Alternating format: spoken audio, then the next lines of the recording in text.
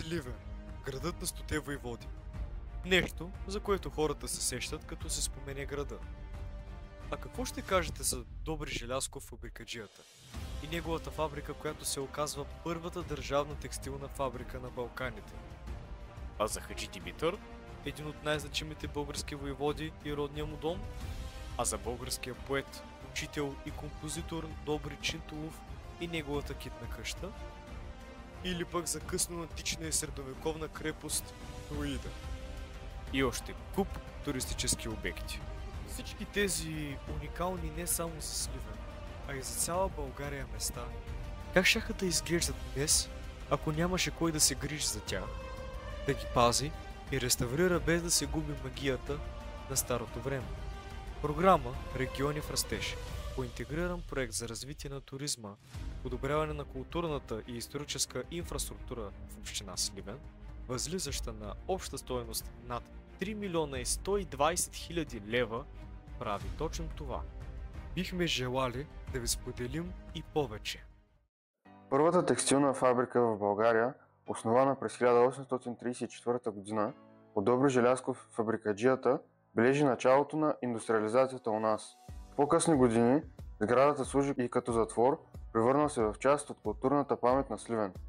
Сега тя е преобразувана в модерен музейен комплекс с учебен музей, ателиета, ретро-студио, зали за изложби, библиотека и интерактивна зона за хора с специфични нужди. Направени са още реставрация на покрива и социализация на дворното пространство. При посещението ни в музея, екскурзовода ни заведе в карцера на затвора и ни показа оригинални надписи, писани от затворниците, лежащи вътре.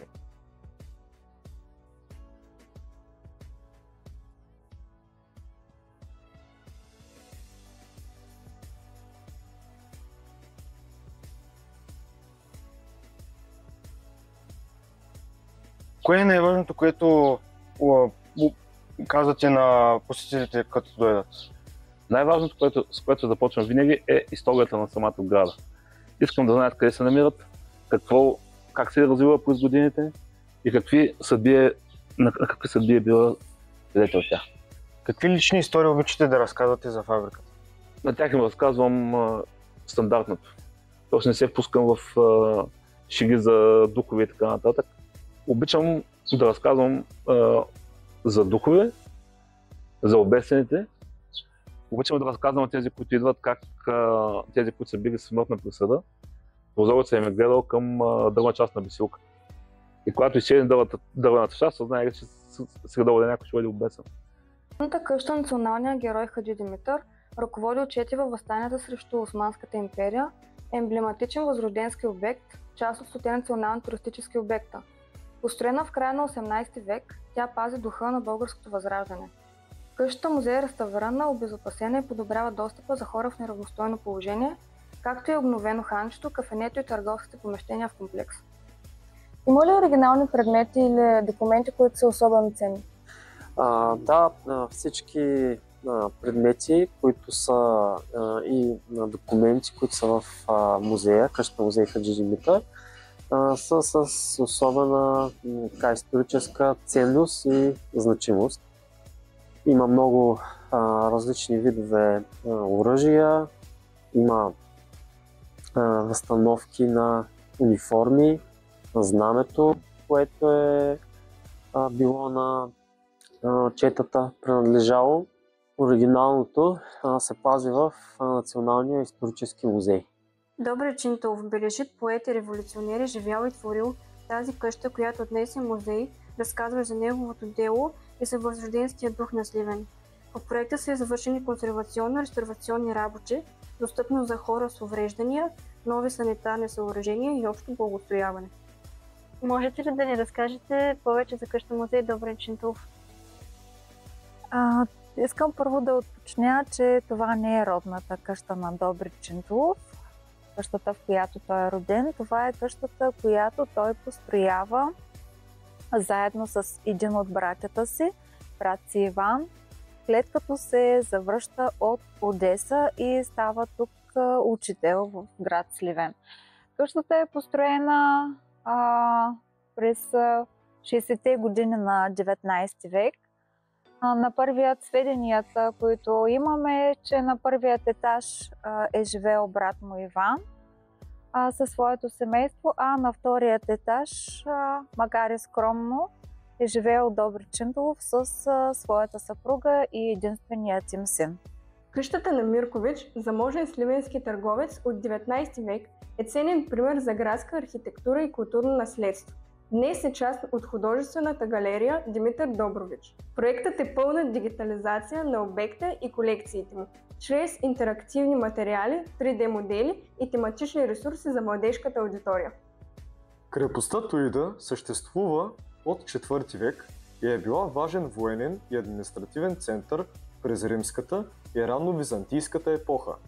Днес тя е едно от най-посещаваните места в Сливен, обединяващо история, археология и културни събития.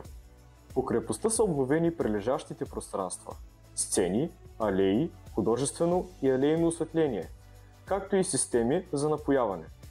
Освен това, крепостта е дигитализирана чрез 3D модели, виртуални разходки и образователни материали. Този музей е сърцето на възрожденския дух на Сливен.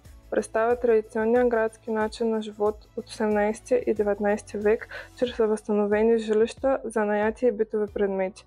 По проекта са извършвани мерки по обезопасяване, реставрация и изграждане на нови санитарни възли и осигуряване на достъпност. Допълнително е благоустроено и уличното пространство. Има ли сезонни експозиции или празнични събития? Да, разбира се. Има и сезонни експозиции, има и празнични събития. Както ви казах в началото, в къщата представяме обредите и обичаите от Сливен и региона. Как се съчетава автентичното с модерното тук? Интересно. Интересно се съчетава.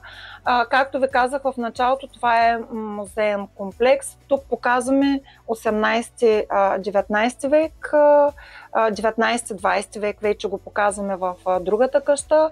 През този малък комсолог, влизайки в Арнауткина къща, носи името от собственичката на къщата, се казва Арнаутка, затова се нарича и къщата Арнауткина. Там пък показваме вече градския бит.